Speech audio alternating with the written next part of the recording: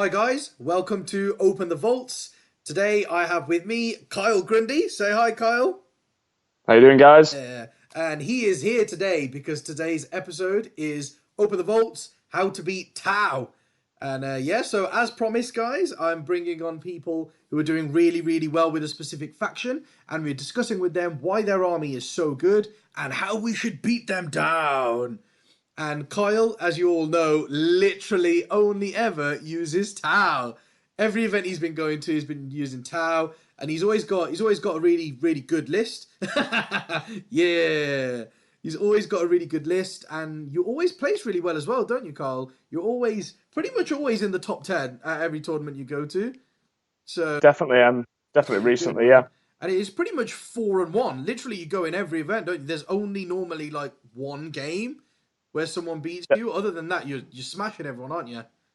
4-1, yeah. I mean, recently it's actually since Hull GT and then the Glasshammer St George's that Yeah. I've just been going 4-1 consistently, and especially after the mayhem that's just happened, that was a shark tank. So to do 4-1, I was proper proud, and I got top 10. Which is exactly what I wanted to do. It's awesome, bro. Yeah, So, it's good news, man. Trotter's on and he goes, my favourite bit of Yorkshire. Whee! But yeah, man. So yeah, that's it. So Carl, you've been smashing the scene. What makes your army so good? What makes your army so good? Well, I'm not going to lie, it's the typical shield drone heaven with the six broadsides, 35 warriors just for those troops. And then obviously a Cold Star commander, four missile pods. I think I Yeah. got 29 shield drones and the typical Sasea, ethereal, 3 5-side marksman, Cadra Fireblade, and then you got Dark Strider, Shadow Sun. Pretty much the norm. Very similar to your list, apart from I've not got 9 broadsides, so it's six with a mixture of everything. Yeah. Oh, Nicholas, hello from Greece, guys. Hi, mate. Thanks for watching. Um, So Malik's just put loads of vomit faces. he has no Iki. Yeah, he's got no right, has he? He's got no right. He's got no Get right, away with Malik. your Forge World tanks. Get away. Go, Malik, go. We don't want to see that filth. But no, yeah, I mean, so yeah, as you all know, guys, I play Tau as well. So me and Kyle both been playing them at quite a lot of events now, and yeah, I think we're probably the only people that pretty much use more than 20 24 drones. I've not really seen anybody else go above that. I mean, you've been using 30 recently, and I pretty much always use 30 35 as well. And those are the things that have carried me through those difficult matchups, I think, where other people seem to lose a lot of their drones and then lose 2 to 3 broadsides very early on, sort of turn one, turn two. I've kind of found that having those extra 6 or 7 drones carries me over so that I don't lose any turn one and two, rather than just turn one. And normally it's turn one and two where I don't lose any broadsides, and that many broadsides. Oh, as you say, you've got 6, but you have a Riptide as well, don't you? Oh yeah, sorry, I forgot the big boy Yeah, Riptide. whereas I have 9 but no Riptide recently because of the extra drones. But I'm finding that because of the extra drones, those 9 broadsides firing for 2 entire turns normally puts people at a stage where they can't then fight back. Even though your drones are all gone by that point, they then don't have enough to take the broadsides down as well. Are you finding the same 100%. sort of thing? I'm finding the same thing, and the one thing I really like as well is in Mayhem. I actually, out of the 5 games, I went second, and I went second against 2 really strong Dark Eldar lists with all the shops. Now, because I've got the CP, doing prepared positions and having 29 shield drones was a nightmare to Oh remove. yeah, Absolute nightmare because we'll get onto it later, like the tricks on how to beat it. But a lot of people are baited by trying to shoot the broadsides, and a yeah, broadsides with a one-up save that you can just start tanking wounds until it gets a bit dangerous, and then pass them yeah, on to drones. That's insane. And yeah. I think that combination of having all the shield drones that you possibly can squeeze in, and like the CP to be able to do prepared positions is phenomenal. Yeah, it's brilliant, isn't it? I think it's so big. Prepared positions on broadside say is insane. Absolutely awesome. I think it's one of the things that really, really put you in there, man. That Malik's literally just put up as well. Loads of vomit faces. Prepared positions on Tau is filth. Yeah, it's true, man. It is. And not only that, with the shield drones actually having a 4+ armor save as well as a 4+ invuln, things like Yeah. mortars or anything that's not -1, you've got shield drones with a 3+ 3 up. save and then Yeah, it's 5 brilliant. up, feel no 3 up, pain. 5 up is 3 up, 5 on them is awesome. What chumps are shooting broadsides with 30 drones? Nothing. Well, the thing is, I think actually, yeah, we'll get onto it when we get onto the specific phases. But I think there is a tactic to it there. To be fair, okay, so that's about Tau and how good they are. Now let's talk a bit more about how to beat them. So let's go in order, bro. As we were saying, so let's Yeah. deployment. How So deploy when you play against Tau? So obviously the castle deployment has probably been invented strongly by Tau. Yes. And I think the power is, if you're going against them, understand that they'll have everything within auras. So obviously 6 inches for any kind of warlord traits or ethereal's leadership. Also the greater good. So if you charge them, anything within 6 inches can supporting fire, which is Overwatch, as if they were being charged. So they're going to kind of castle up. So if you know that they're going to obviously keep the drones within 3 inches, you need to kind of watch their deployment carefully, because if they leave an area, whether it be on the flank, that's not as protected, that's your way to go in. Because it has to be very meticulous how they deploy. And I've got the little spacers, and I put drones 2 inches apart and then interlock the drones. And then the same with the fire warriors. So everything is protected. And I've created myself a lovely little kind of bubble where there is no weak point. But not every Tau player does this. And if you notice that they've not, then you've got to capitalize on it. You've got to deploy as if that's where you're going to go and attack. Because, No, yeah, it's very true, very true. well, if you don't, you're going to lose.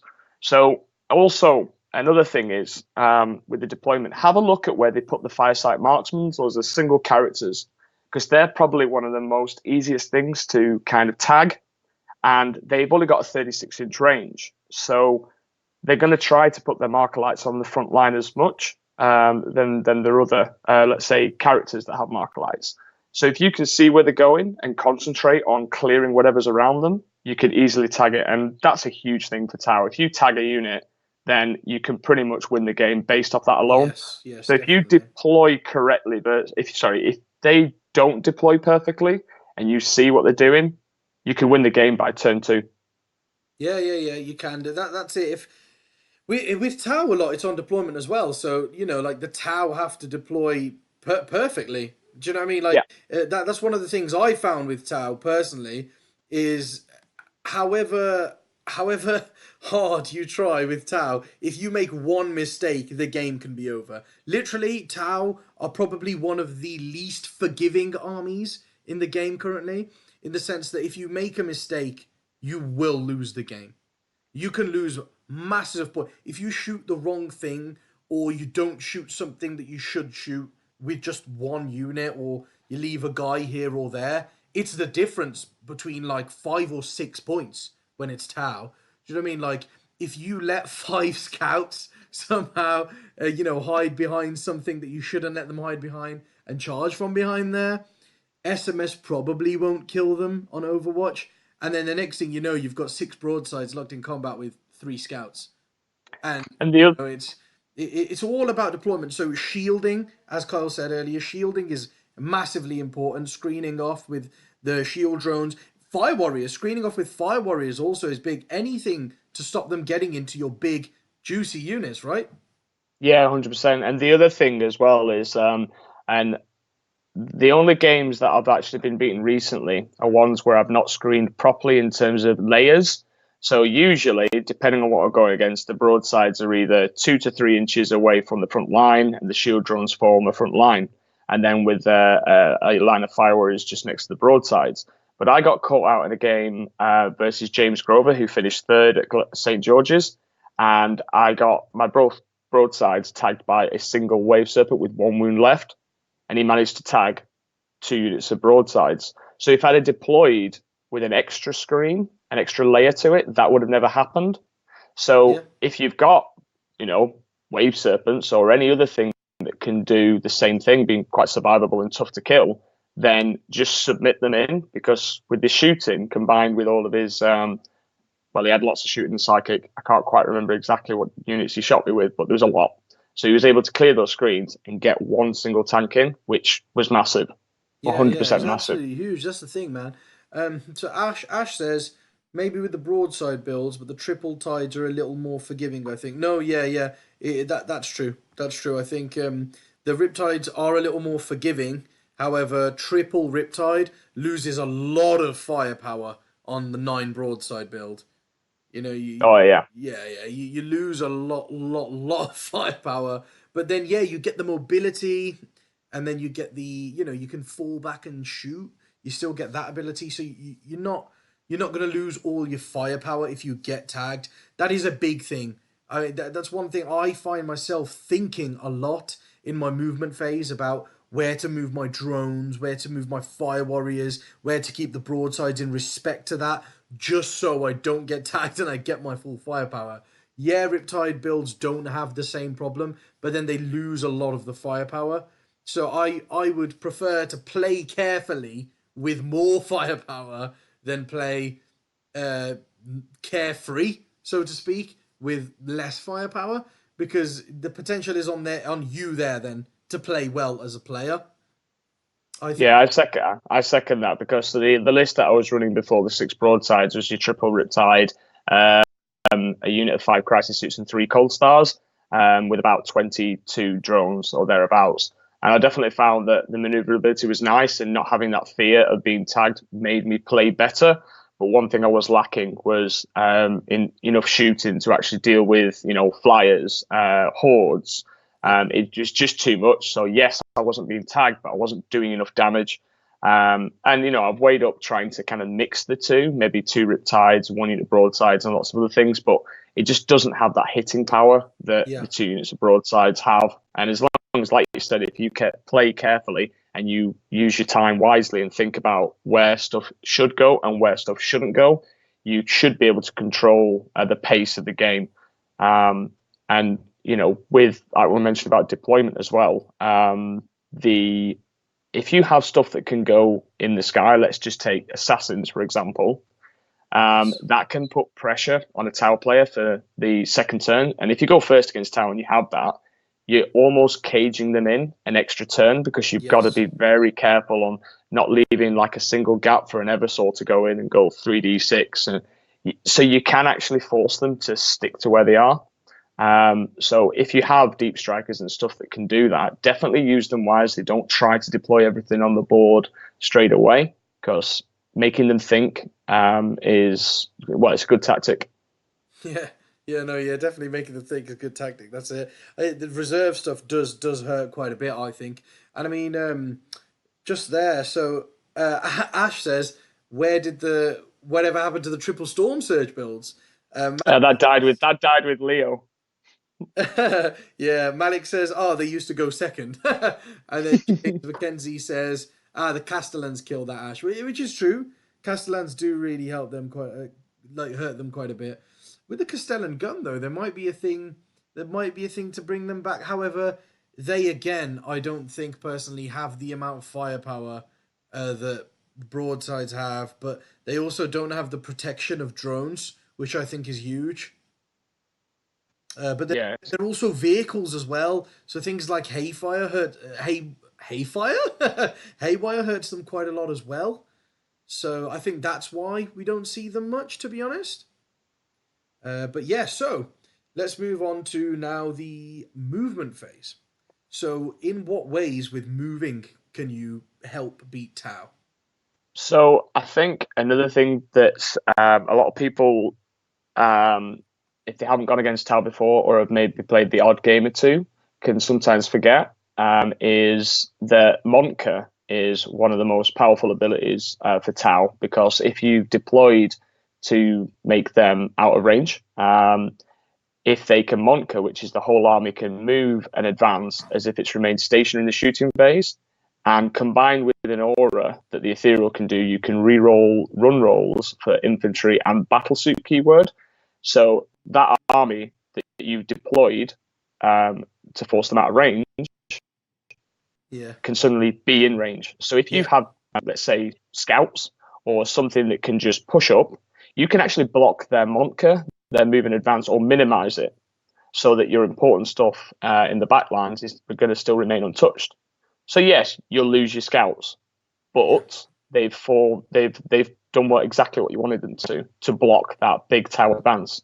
Now, most tower lists are taking Shadowsun because you can double Kion, so you get an extra Master of War. So Shadowsun can, as a normal tower commander, do Monka or Kion the first time. Yep. So if they're out of range, they'll Monka forward, and then next turn use her ability, which is, even if it's been called before, she can do an extra Kion. So if you've blocked that Monka, then suddenly you've removed the effectiveness of it, and then next turn, obviously, they're going to use a Kion, but you stop them getting to those important units. That's it. So movement can... Yeah, movement, even if it's something that you know is going to die, just sacrifice them just to try and screen it. You know? That's it. If it's a cheap unit, it's worth sacrificing to save something big. Yeah, 100%, I think it is. And I mean, that's another thing is Tau can't really move that well after that. The Mon Car is the big thing. After that, they're normally quite an immobile force, unless of course, you have taken the triple Riptide. That's pretty mobile, but other than that, it's just, things that you can stop with. I mean, for example, Guardsmen are literally one of the most perfect examples. If you can get a unit of 10, there's a stratagem to merge 2 units of 10 into a unit 20. So you can merge unit 20 Guardsmen and sort of hide them in a Lost Blocked Ruin for 1 turn. If you're playing against Tau, just hide them sort of in the middle somewhere. And SMS is a thing. However, if you have them, there together as a force, if you cast the +1 save power on them, they have a 4-up save. Then you can use Take Cover when you get shot, and they'll have a 3-up save. And Take Cover isn't actually cover; it's just +1 to your save, so you'll still get it. So if you get shot by SMS and you're out of line of sight, things like that, you'll only take a couple of casualties because those broadsides will be wanting to move forward, so they get close to the rest of your army. Then that means they're hitting you on 5s with SMS because they can't see you to hit marker lights on you. So say you lose 5 or 6 guardsmen, you still have a unit of 14 to 15 guardsmen. Then in your turn 2, you move that unit out and just swing them across the front of the broadsides, so that that's another turn then that they can't move towards your army because they're just stuck there in front of these guardsmen. They might be able to move an inch because you stay an inch away from them. And then, they'll kill your guardsmen. But that 20-man unit of guardsmen cost you 80 points. And it's just stopped 1,000 plus points of Tau shooting you for 2 turns. So, and you've also... things like that are huge with movement. You've also put them on the back foot. So we all know what it's like when someone seizes against you. It does throw you a little bit. Because you're like, well, there's... my tactic's pretty much gone. I'm going to have to weather the storm. If you're doing something like that to throw them off the game, it's suddenly, especially if you're playing chess clocks as well, it can really put pressure on not only time, but what they're going to do to retaliate. And that can be massive. I know I've been seized on a couple of times and also had little tricks like that pulled that's changed my entire battle plan. So with movement, if you've got any unit that can move super quick and get there, then my advice is understand that you're going to lose them and just do it.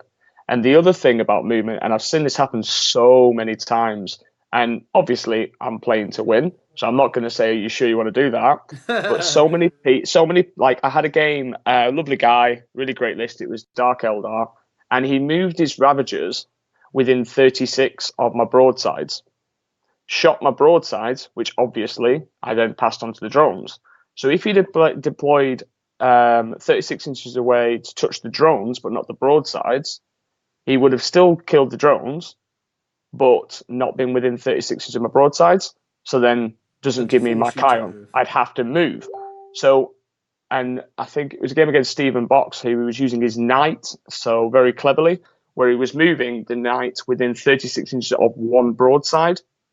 Yes. So he can shoot the broadsides, but then the other 2 broadsides obviously can't. So it's forcing a Tau player to move out the comfort zone. And their comfort zone is first 2 turns, sit, reroll everything, shoot everything, and then get the points later on. Yeah, that's so if you're forcing, if you're moving within 36 or 30 of broadsides voluntarily, I think that's a bit of a mistake, especially turns 1 and 2. If you do that turns 1 and 2 and just give them 2 Kalyons, It's massive. You really won't have a force left after that. Well, just to kind of, and obviously we'll go on to the shooting a little bit more, but just to kind of paint a picture, he killed 23 shield drones and a unit of 5 firewalls in his first turn.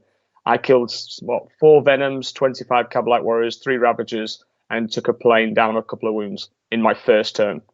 Yeah, that's So massive. that's massive. You do not want to move into their threat range of 36 voluntarily. You need to play the long game and understand that to go head on head with shooting, especially with 29 shield drones, is a bad idea. Yeah, that's it. Oh, Ash, Manny's 150 Fire Warriors as well. Flipping awful to play. Leave him alone. Fire Warriors are cool. James McKenzie says Night Shroud for -1 to hit 2 if you're going balls to the wall. Yeah, that's the thing. Yeah, so exactly. A unit like those guardsmen hiding behind the wall with the plus saves, they've got like a 3-up save against SMS. And yeah, if you put the -1 Night Shroud power on them as well, then broadsides that have moved to hit you on 6s. That's massive. You barely lose a single guardsman. Definitely. And that's on the movement thing as well. Another thing to probably watch out for is a lot of people look at broadsides and think they're just going to sit there, reroll everything, and shoot. And they forget that with the marker lights, if they get 4 marker lights on the unit, the unit can move and shoot without any penalty for having heavy weapons. Yes. So if you're trying to move them to force the broadsides to have a -1, remember with the marker lights, they can just, if they get 4, and especially with the strats, which we'll go on to, they can easily get to 4 marker lights. Yep. So you need to be very aware.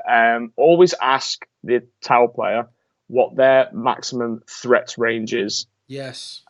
So, for example, a broadside has movement 5. Its big gun is 36 inches. So that's 41. Let's say if they are lucky, like Jammy Manny, and get a 6. Yeah, get a 6. So then that is suddenly 47-inch threat range. Yeah, yeah. It's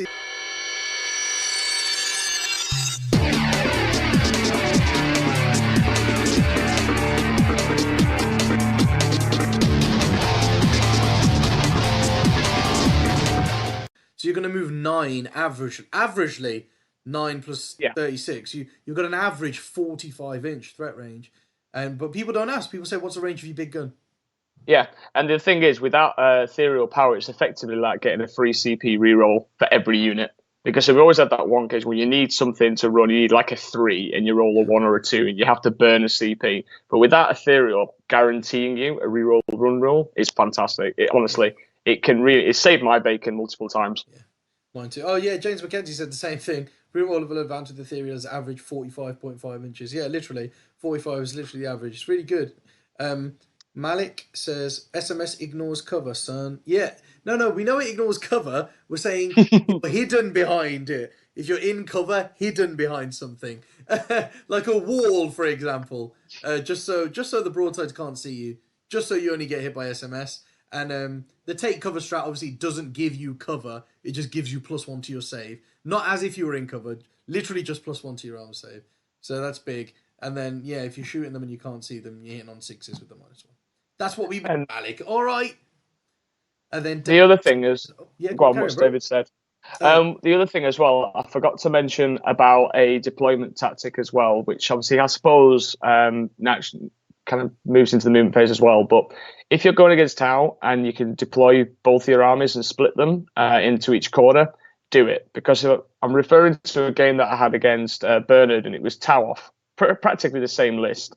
So if you're going Tau v Tau, putting in corners or any armies to force them to make a choice. Where are they going to go? Are they going to just submit to one side, or are they going to try and split the force? And if they split the forces, that's bad, because you can easily pick them off then, because they won't be able to keep everything within auras.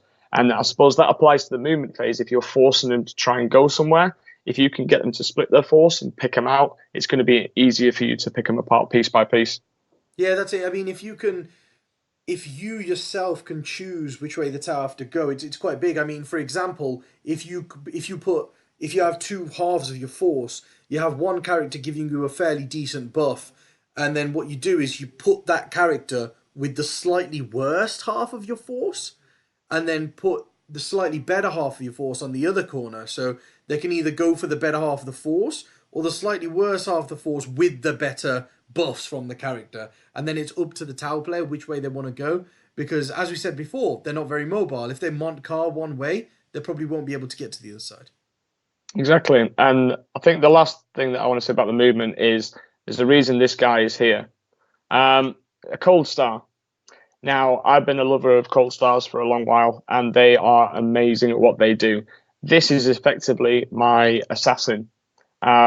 He can move 20 or advance an extra 20 as well. So that's 40-inch movement. Yeah. With the Modka, I don't suffer any minuses. He's got assault-based weapons. Assault. Yeah, that's it. Yeah, well, I've gone for 4 missile pods, so that's 8 strength 7 -1 D3 damage shots. So with your movement, and I suppose your deployment as well, do not leave your characters open. If you've got an important Farseer that's got some nifty psychic powers that are going to win you the game, don't leave him open, and always try to protect him, because that Cold Star's got one purpose for me, which is to bait you out, get your characters unprotected and killing important characters, or keeping him till the end game and grabbing me some sweet objectives, or getting me there a couple of ITC points or ETC end mission points. That's literally it. I mean, there's characters that keep your army alive.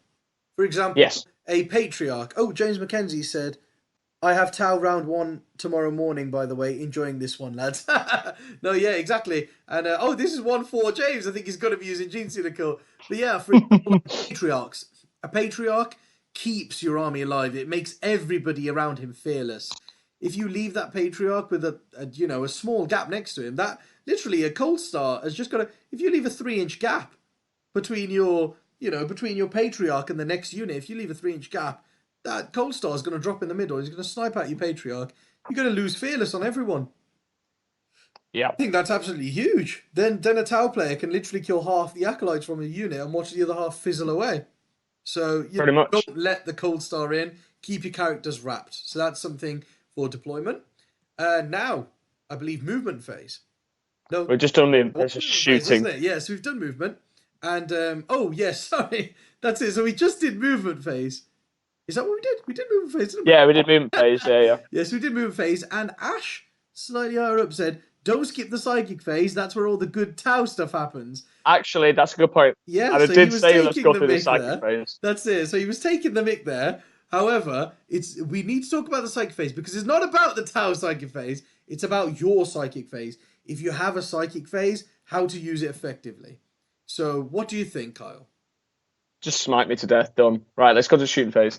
No, I think the problem. Obviously, I've gone against some tough chaos lists with lots of psychic, and it's shield drones at the front. So, unfortunately, there's nothing you can do about that. You know, they've got a 5-up feel no pain, so that is my anti-psychic. That's my psychic defense. But to be fair, you can still wipe out a lot of drones. I went against Adam Ryland at St. George's Champion, and he was removing loads of drones. I went against, I can't remember his name, but at the Mayhem, again, loads of psychic, just removing drones. And those drones are really important because they're my screens, and I use them, especially against Chaos, to deep strike, block. Yeah, just to push all my drones out. I had the whole board just with drones everywhere, just to stop deep strikers coming in to threaten my back lines and my side lines and my broadsides. So using your psychic to get rid of those drones, that's all you can do. If they don't have drones in the front, you're going to have a field day. I remember once making a fatal error, I think about a year ago, or probably a bit less than that. It's actually, it was your first Glasshammer tournament against Mike Porter. And I put my broadsides on the top of the ruins, which back then I could.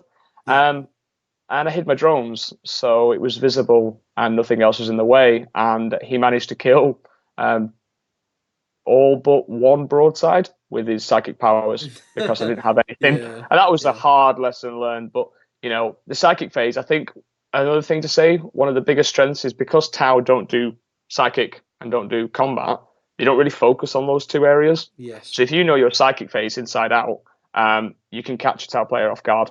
Yeah, I think that's huge.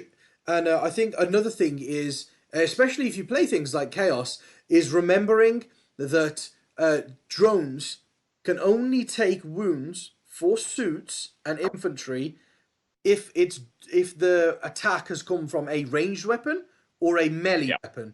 So that means if you can hit them with a psychic power that does mortal wounds, those wounds cannot be passed over to drones. So, for example, obviously the screen at the front will be shield drones if you play against a good Tau player, and your smites are going to be hitting drones in the first place.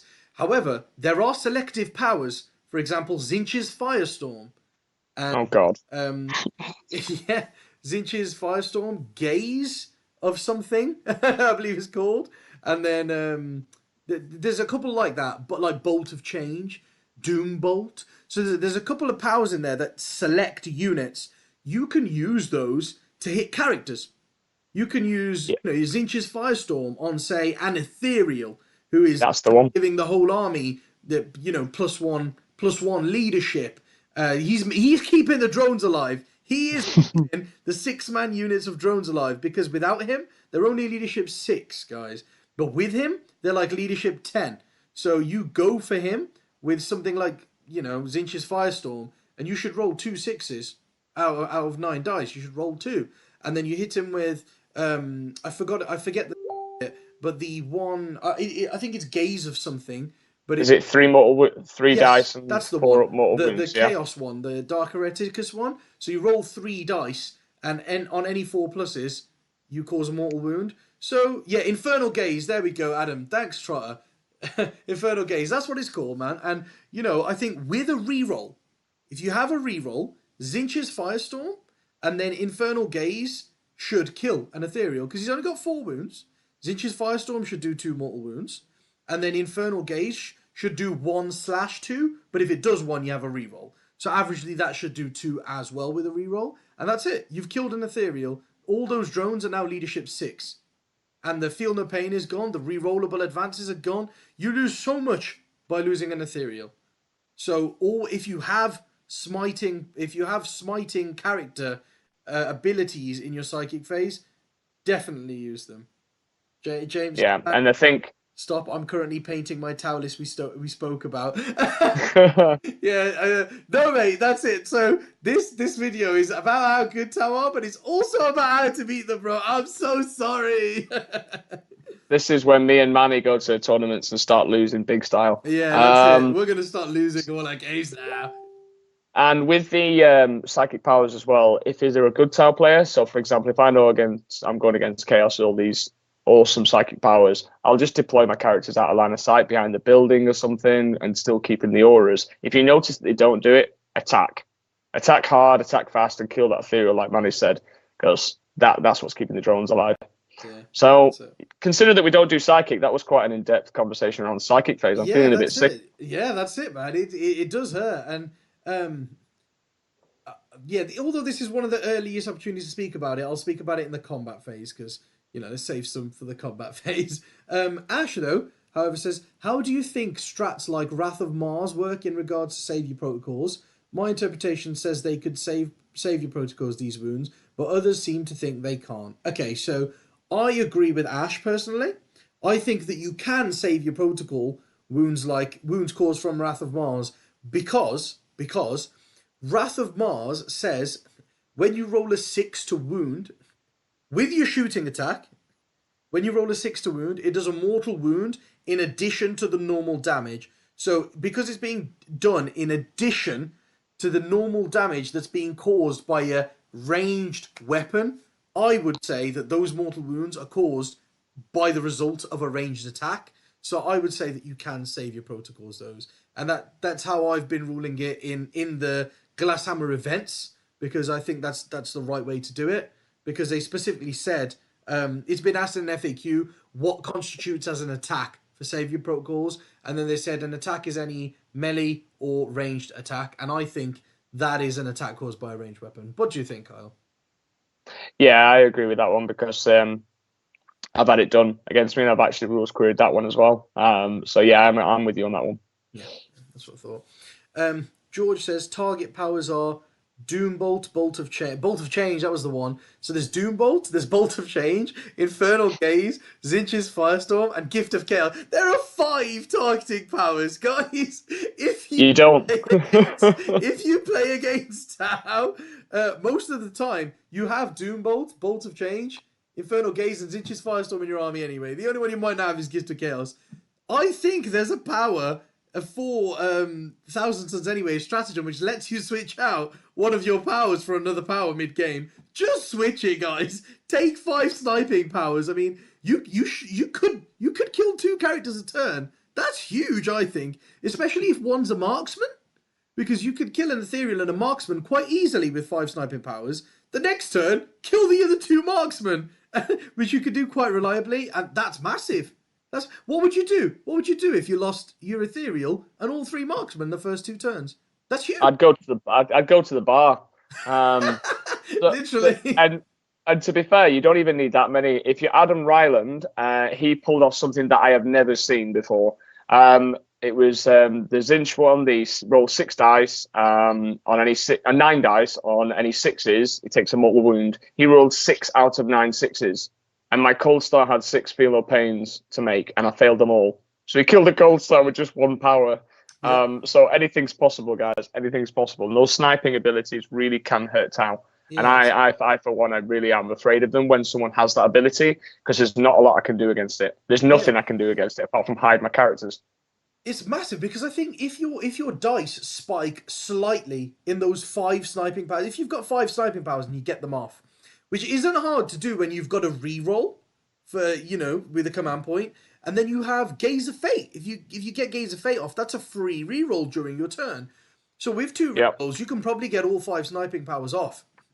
And this is a big thing that I was thinking about, is that with those sniping powers, you don't necessarily have to go for characters. If you're sitting in front of 9 broadsides and you think, oh, actually, I can take, or for example, if you're sitting in front of 6 broadsides and a Riptide, if you think, oh, actually, I can take the firepower of 3 broadsides and a Riptide, just can't take 6.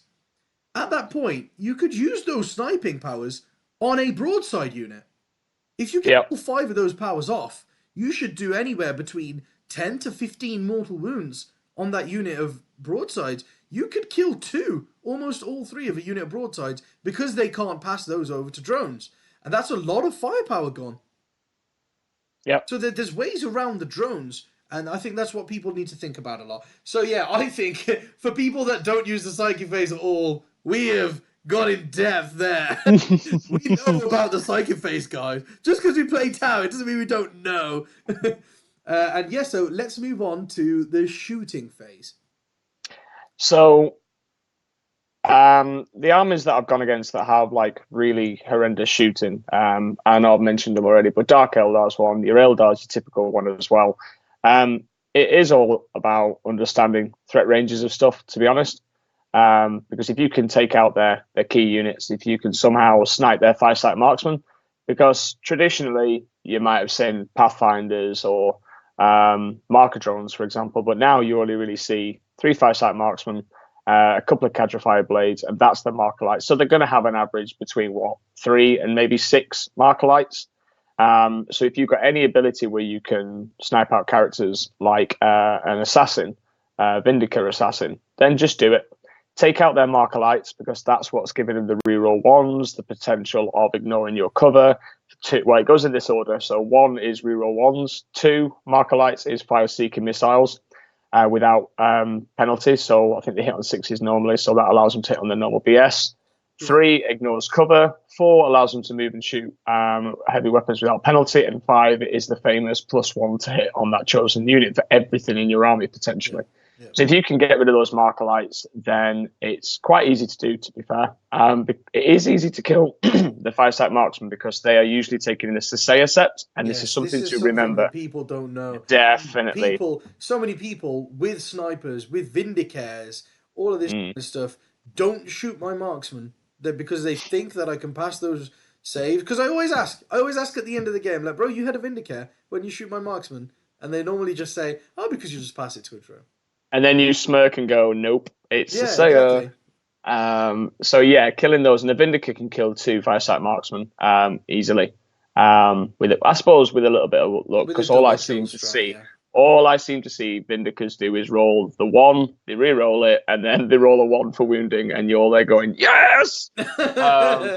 So yeah, kill those Sisea ones, and also kill the ethereal, because the ethereal again is Sasaya. So Sasaya is the vanguard, so it's 1 HQ and 3 elite. So they'll have ethereal, and then they'll have 3 parasite marksmen. They are not, and I repeat, not protected by drones unless they put some drones in Sasaya, which they're not going to do. Yeah, Because they want them for the broadsides. the only time I've ever contemplated doing that is when I didn't want the big units of fast attack drones, which are pretty good now because drones are pretty good. However, I used to take just 2 with a marksman, 2 with a marksman, 2 with a marksman. Yeah. But then if you do that, those ones can't protect your broadside, so it's useless anyway, because then they're a different sept. So, as we say, savior protocols can only be done on same sept units. Don't forget that, guys. That's massive. So, that's how you win. Yeah, exactly. That's how you pick them apart.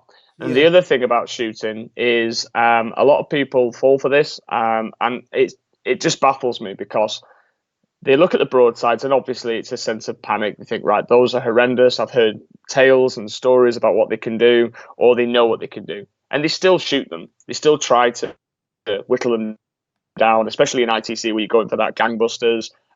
Just dedicate your first 2 rounds of shooting against drones. No matter what you can do, just kill them all. Kill those little buggers, because they're the ones that are going to annoy the hell out of you. So I went against a Imperial Guard list, and that had 6 basilisks, 3 withams, 3 units of 3 mortars, 3 tank commanders, and about 60 guardsmen. Luckily, I went first, but if I hadn't have gone first, that game could have gone horribly for me. The amount of indirect fire that could have just wiped out those drones is insane. But whatever you've got, just don't get greedy. Just kill the drones, because not only is that killing screens, not only is that minimizing the kind of stuff that I can then block some charges, you just need to focus on them, in my opinion. You just need to get rid of them. So I agree with you to an extent. I think an army like that, with that kind of shooting, yes, I would agree. However, if you're playing something like Knights, and this is where I think there's a method to what you do. For example, if you're playing against Knights, shoot your thermal cannons at broadsides. Always shoot thermal cannons at broadsides. Who takes thermal cannons? People are shooting thermal cannons. Like, people have got triple Crusaders now.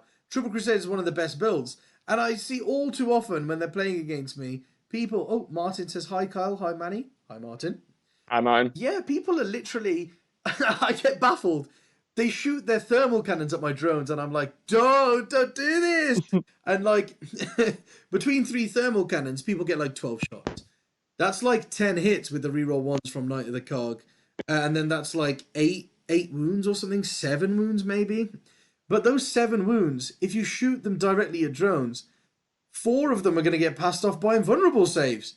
And then you might kill 2, maybe 3 drones. However, if you shoot at the broadsides, and if you successfully manage to pass all 7 over to drones, you're then killing 5 drones. So you're killing more drones by not shooting the drones, because you avoid the 4-up invuln. So if you have small arms fire, like Carl was talking about, say you've got heavy bolters with like 18 shots from a unit, shoot those at your drones, because broadsides in cover will tag them all and just tank them and be fine. So you shoot those at drones. However, if you've got high AP shooting like melters, why would you shoot that at drones? They've got a 4-up invuln that you're giving them, but if you target broadsides with them, people have to pass those over because they're multi-damage and broadsides only get a 6-up save against them. So you'd pass them over to drones, and then your drones have only got the 5-up Inferno Pain. Then they die. Do you know what I mean? So I think those high AP shots have got to go in broadsides. And also, guys, ones happen. Ones, they're rolled. You know, you shoot your thermal cannons and do 7 wounds averagely between 3 knights. You do 7 wounds on a broadside unit. What happens when they roll 2 ones? That's a dead broadside. Do you know what I mean? So I think those kind of... And the other thing... Yeah. The other thing as well is, like you were saying about shooting those heavy AP weapons at broadsides, always shoot them last. Shoot your small guns, fire at the drones. Yes. I had a guy with 5 Cabalites. He shot his melter weapon at the broadsides first, which I then passed on to the one drone that he was going to shoot. Yeah. And then his rest of his shooting was nullified. So, you know, learning just to prioritize your shooting. And it's a very basic skill, you know, not to patronize everyone. You know this, but sometimes in the heat of battle, you can forget things like this, and it's massive. Yes. Killing those drones before he has a chance to pass on the big damage weapon, that always remember, whether you give yourself a little alarm clock reminder, don't forget this, that is key. Just shoot the big gun at the broadside last. Yeah, so Clear the chapter. I was very recently playing against a knight player in a tournament, and I can't remember who it was, but I was playing against a knight player, and he was like, "Okay, I'm going to shoot my Gatling cannon at this unit of 3 drones, and then I'm going to shoot my thermal cannon at the broadsides." And I was like, "Okay, that's a really good choice because at that point I only had he was down to 1 knight, but I was also down to 3 shield drones and 3 broadsides." So, and his knight was on 6 wounds. So it was literally, he got to shoot first. He should win at this point. But what he did was he shot the thermal cannon first at the broadsides. Whereas what he should have done is shot the Gatling cannon, killed the 3 drones, then shot the thermal cannon at the broadsides and probably killed 1.5, maybe even 2. What he did was he shot the thermal cannon at the broadsides and got 6 shots, which did 4 wounds. I passed them over to the drones and all 3 drones died. But now there's no target for the Gatling cannon. So the Gatling cannon got totally wasted by the drones that soaked up the thermal cannon. So if he just did it the other way round and shot to the Gatler first, the drones would have died and the thermal cannons would have killed broadsides. So it's huge. Shooting your guns in the right order is massive against drones and broadsides. So, always remember that. Now, probably one of the biggest phases to deal with Tau, the assault phase. Oh, just before, I'm gonna kick myself for doing this as well. But in the shooting phase, there is one strat that you need to look out for, and it can really ruin your day. If you get within 18 inches of a commander, so that is Shadow, or a star commander, they can spend 2 CP to give you -1 to hit. So if you think about a bracketed knight or a bracketed plane or anything that's got brackets, and they make you worse, that's awesome. Or just a big unit. I've done it to plenty of things. Guard, for one, is a massive unit that's going to 2nd rank fire, 3rd rank fire. And I've gone -1 to hit to stop you killing drones. So do not place anything within 18 inches of commander if you can avoid it. Be cheeky, be annoying, deploy them 18.1 away from a commander just to taunt them. But do not get within 18 inches of a commander because they will use it if they need to. Yeah, you know what?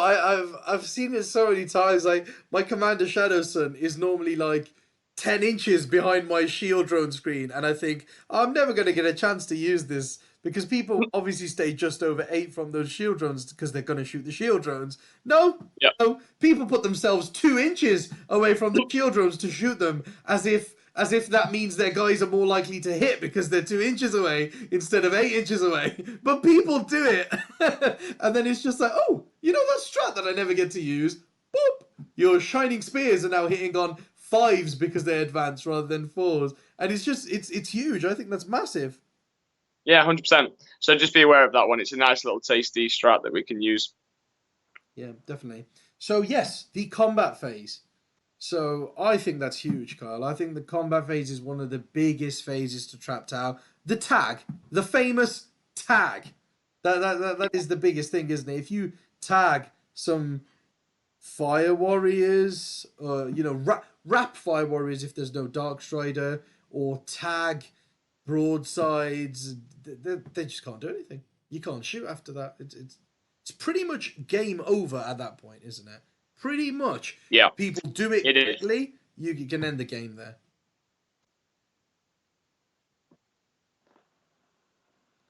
Oh, have I lost you, Kyle?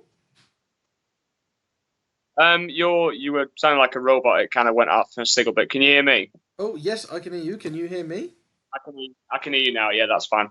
Okay, so yeah, it can be if that goes wrong for a Tau player if you tag something like broadsides. So, yeah, I'm going to be honest. Like, I need to learn that charge phase, combat phase, like the back of my hand, because it's caught me out so many times.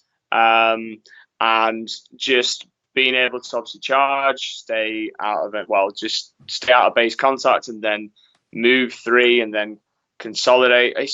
You can just tag it into broadsides even if they've not been charged. If you've got the range to do it, and it can catch a lot of people out. It's caught me out many times. Yeah, it used to catch me out a lot as well. I mean, I've gotten quite good at avoiding it now, but to be fair, it's only because I play so many combat armies. And that's the thing. I do That's not. it. I'm a solo Tau player, and we were having a chat. All right, guys, take note of this. We were having a chat before, and obviously, Manny plays different armies, so he can learn the combat phase. I do not, and I don't want to touch anything that's not Tau. So I was thinking to myself, right, what can I do here? Right, what can I do? I need to learn the combat phase, but I want to still play Tau. So I've come up with an idea, which is I've been practicing using Farsight Enclaves, the 8, because they're just all awesome. They're all characters and you can do combat. So I am currently learning that charge phase and combat by playing Tau with the 8, just so I can really get to grips of it and actually play that trick on other people. And it's a bold strategy, Cotton, but I might have enough confidence and probably most likely peer pressure to take the 8 to a major. And I can't believe I'm saying this, and I don't want to be goaded too much, but at one point I will do. I can't tell you Oh when. yeah, I'll tell you when. I boy. will do. Probably next year after this ITC season's over, and I'll start again. So we'll see, we'll see. So, yeah, But good call. on the combat phase, and the thing is, if you know the combat phase inside out, that's your biggest strength because the Tau player is not going to know it, or the odds are probably not as much as yourself. So I've tried to play the charge game back to an opponent with using my Riptide, and I've made so many stupid mistakes. Like I'm going to charge my Riptide in, and I'm going to move it into base contact straight away. And then all they've done is they've gone, I'll move around you, and I've tagged your broadsides anyway. And I'm like, why did I do that? Or I've got quite good at using my characters for the heroic intervention, but still, it's risky because you're moving a single model out that can be wrapped unless it's got fly. Yeah, that's it. It is very big. It's very, very big, that assault phase against Tau. What's Martin saying? Davey says, so Davey's the Team Belgium Tau player. Shut up, you're spoiling it for all Tau players. That's the aim of these videos, guys. We're going to slowly spoil it for somebody of every faction. We're going to spoil it for the players of every faction. We're going to tell everyone how to beat every faction. That's the point of this, isn't it, Kyle? You know? Yeah, I reckon we should do Necrons next. Oh, Martin says, Kyle, if you take the 8 to the Warlords teams, I'll kill you. There's the fight against strats and nightmares for Tau. Yeah, that's massive, isn't it? The fighting against strats are huge. That's what you got to watch out for. I will give James McKenzie credit where credit's due. He is a master at using his Gene Sealer cults, and he caught me out with that exact thing. And I will give him a big up on there. He got me, and he even said to me after going first, I think you've got this. And then a 2mm mistake cost me the game. Now, James is a very good player. So we played each other before, and he beat me at Hull GT. And I knew I was up for a tough ride in Mayhem. And I pretty much perfected my deployment. I learned from my mistakes, but it still wasn't good enough because of 2mm. Now, the reason he won as well is because this guy, the Cold Star, has a relic that if he shoots, he can make a 6-inch move after he shoots. But that also applies with the new FAQ to the assault, the Overwatch, so the assault phase. If I'd have remembered to use it, I could have plugged a gap to stop him from tagging my Firesight Marksman, but it was only 2mm. But that cost me the game. His Aberrant through everything because of the fight again. That extra 6 inches, he's got another three, just ruined me completely. I couldn't return fire. I couldn't do anything because he had so many powers of I'll stop this unit from overwatching, and I'm going to tag that unit. So there's so many different things you could do. Specifically, obviously, Gene Stealer cults can do that. They're probably one of the most effective armies at doing that little shenanigans. But it's massive, guys. It put me under so much pressure, and I had to deploy everything perfectly. But clearly, I didn't. That 2mm wound. It's a hard lesson to learn, isn't it? It's a really, really hard lesson to learn. Really hard lesson to learn. But yeah, definitely do that against Tau. And so now we're in the assault phase. I'm going to touch on it. This is what I was saying earlier. When we got to the psychic phase, I was going to talk about it then because that's the earliest point that we see these sort of things. However, in the assault phase is probably the best time to talk about it, is abilities, guys. If you have any abilities, which quite a few different armies have now, if you have any ability which stops a unit from being overwatched, take it. Because if you play any Tau player, they will cry. I mean, I have to change my entire game and the way that I play if somebody has something that I can't overwatch against. It's massive. It's absolutely huge. That's the biggest strength of Tau, isn't it? Because they can't do combat, their anti-combat is very good.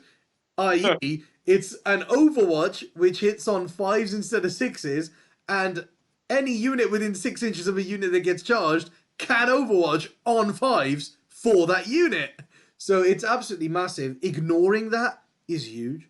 For example, Blood Angel Smash Captains, which are often taken with Deathwatch now. So if you're careful, I mean, the urge is there to drop your Smash Captain in and try and go for broadsides or something and, hit them. However, if you hit them at that point, that unit will survive because they'll pass the wounds over to drones and all sorts of stuff, right? What people need to get a hold of is that turn 2, you should leave the no Overwatch guy in the sky till turn 3. Turn 2, you drop all your Deathwatch, clear the drones, because Deathwatch will clear drones like they weren't even there. Then it doesn't matter. The broadsides will kill your Deathwatch. It doesn't matter. Say they kill all 3 squads of Deathwatch that drop from the sky. That Blood Angel Smash Captain drops down turn 3, charges 2 units of broadsides. It's game over. You've got 900 points locked in combat that are never going to fire again for the game. Literally. They'll fall back for a turn and waiting to shoot the next turn, but you'll just charge again with that same Smash Captain because he can't be Overwatched. And that's huge. I think that's absolutely massive. I mean, I know also that Harlequins have got it. So you can put it on unit bikes and that your bikes can't be Overwatched. Gene Stealer Cults, that's massive. Gene Stealer Cults have got it. Gene Stealer Cults are very good in combat anyway. They can make a unit of broadsides not be able to Overwatch. That's massive. Just abilities like that. The Eldar Farseer on the bottom, he's got that relic, I think, as well. Or is it a Warlord trait? A Warlord trait or a relic, which stops... It's a mask.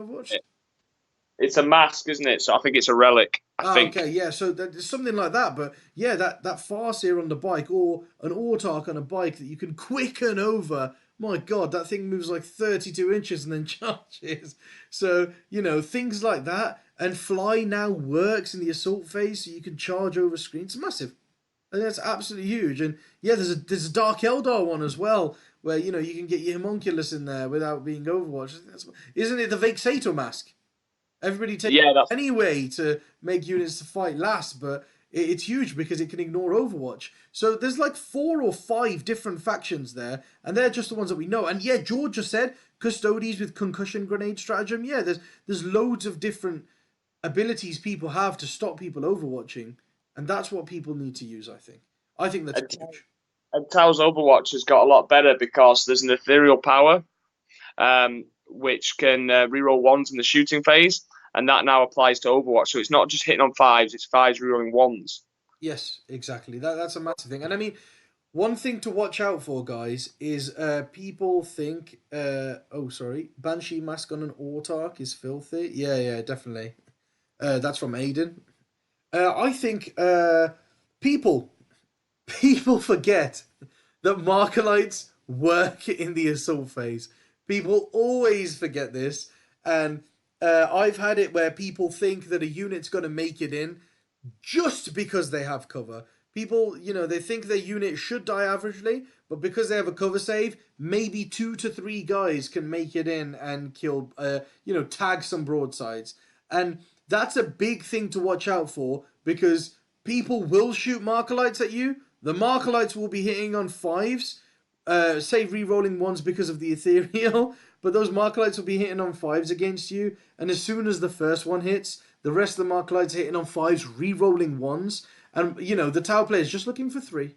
If 3 Markalites hit you, they will ignore cover for the Overwatch phase. And I think that's massive. That can be huge. And the other thing as well, do not underestimate a grenade that all Fire Warriors have and a Cadre Fireblade have. It's called the Photon Grenade. Yes. And it has a grenade with a 12-inch range.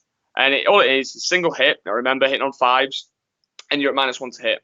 Now, if you get in with, like, let's say, a couple of dudes, like a couple of guardsmen or whatever you're charging, that's quite squishy, broadsides can punch you back.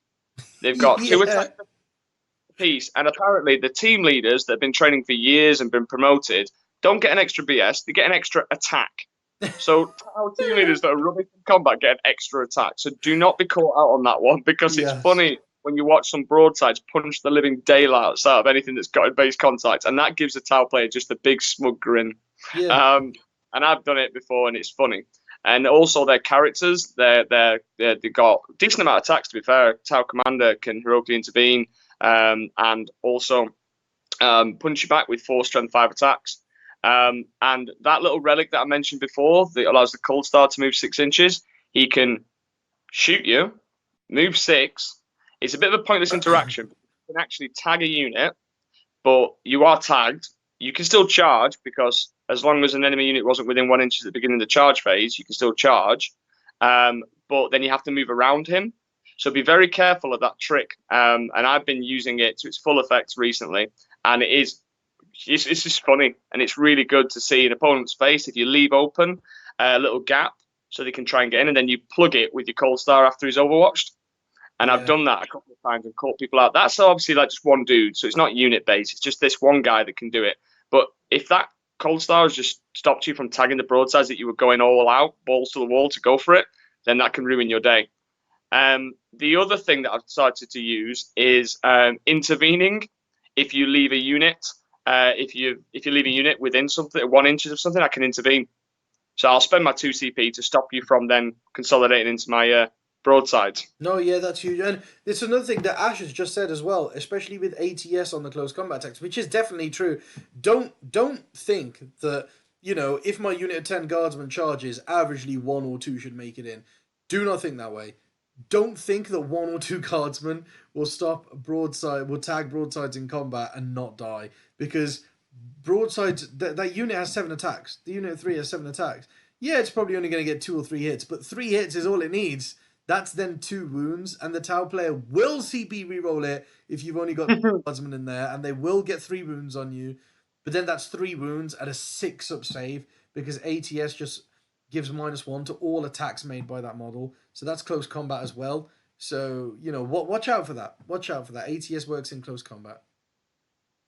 And also, yeah, the range on those grenades. The range on the grenades is 12, guys. 12. So many people move in charge range, then declare the charge on you, and then realize that your grenade is 12 inches.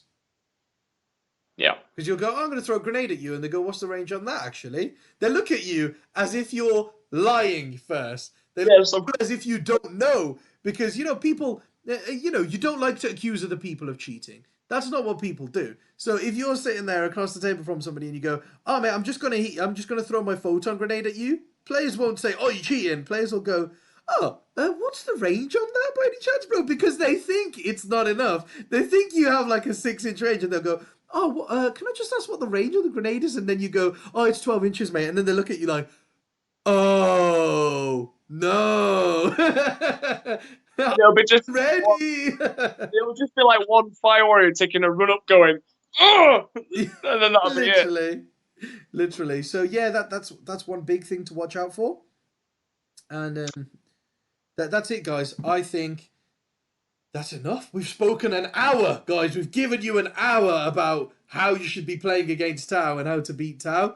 So, guys, we really hope that you enjoyed the video. Kyle, I hope you've had a fun time coming on. Thank you very much for coming on, and hopefully we'll get you on in the future as well, talking about Tau again, or maybe I'm planning on doing a video, guys, for all of you, which is how to prepare for an event.